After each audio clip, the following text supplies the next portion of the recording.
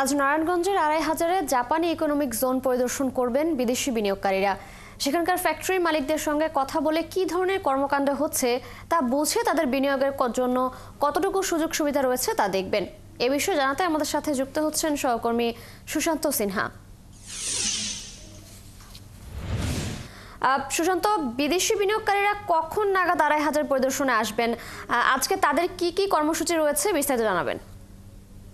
তিশা, ২৫০০-এর যে Japanese economic zone আছে সেটি গতকালকে যেমন মিরেশ্বরায় বা অন্য আরেকটি যে কোরিয়ান ইপিজেড সেখানে যে বিদেশি বিনিয়োগকারীরা গিয়েছিলেন, তারাও আজকে জাপানিজ নারায়ণগঞ্জের ২৫০০-এ অবস্থিত যে ইকোনমিক জোন, জাপানিজ ইকোনমিক জোনে তারা পরিদর্শনে যাবেন। মূলত হচ্ছে ব্যবসা বিনিয়োগ করবার জন্য একটি যে জায়গা লাগে এবং সেই জায়গাটা যে ওয়ান স্টপ সার্ভিস, যেটা আমাদের ইতিপূর্বের প্রতিবেদনে বারবার বলেছে আমরা বা একটু আগে আমাদের প্রতিবেদনে দেখলাম, সেই বিনিয়োগকারীরা এখানে যেন তার বিনিয়োগটাকে নিরাপদ করতে পারে এবং ঝঞ্ঝামুক্তভাবে সে এখানে বিনিয়োগ করবার জন্য যে সমস্ত উদ্যোগ দরকার, সেটা আসলে আমাদের দেশের ইকোনমিক জোনগুলোই সবচেয়ে ভালো বিদেশি বিনিয়োগকারীদের জন্য। তার অংশ হিসাবে আজকে 8:30টার সময় তারা 8:20-এ যদিও তারা ঢাকা থেকে রওনা দেবে, আশা করছি যে 9টা থেকে 9:15 বা 9:30টার মধ্যে তারা পৌঁছে যাবে। এই যে বিনিয়োগকারী যে টিমটি যাবে সেখানে সব মিলে 45 জন দেশি বিদেশি বিনিয়োগকারী যাবেন। তার মধ্যে 25 জন আছেন যারা একেবারেই বিদেশি এবং তার মধ্যে কয়েকজন আছে আবার প্রবাসী বাংলাদেশি যারা বড় ব্যবসায়ী সেই দেশে, তারাও বাংলাদেশের নিজ দেশে বিনিয়োগ করতে চায়।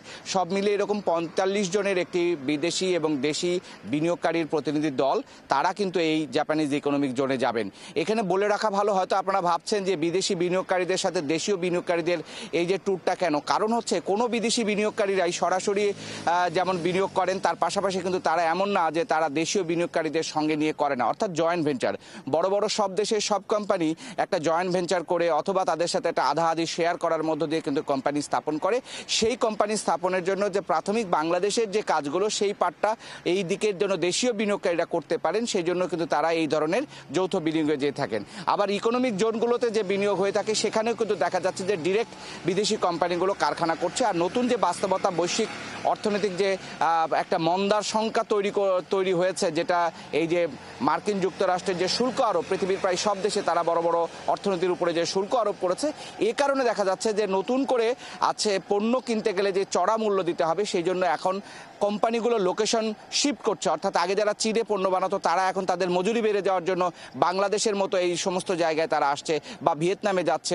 হংকংয়ের কোম্পানিগুলো পেরে উঠছে না তার মজুরি দিয়ে, তারা কিন্তু এরকম বিভিন্ন দেশগুলোতে সোর্সিং করছে বা সেখানে গিয়ে বিনিয়োগ করছে। বাংলাদেশেও সেরকম একটি সম্ভাবনা তৈরি হয়েছে যে বিনিয়োগ সম্মেলনের মধ্য দিয়ে সেটিকে এগিয়ে নেওয়ার অংশ হিসাবে আজকের কিন্তু এই অর্থনৈতিক অঞ্চল পরিদর্শন, এবং পরিদর্শন শেষে আমরা কথা বলবো তাদের সাথে। তৃষা। সুশান্ত, ধন্যবাদ আপনাকে। আপনি আছেন সেখানে, থাকবেন, এ বিষয়ে আরো খোঁজখবর রাখতে থাকুন। নিশ্চয়ই পরবর্তী সংযোগে আমরা আপনার থেকে এ বিষয়ে আরো আপডেট জানবো।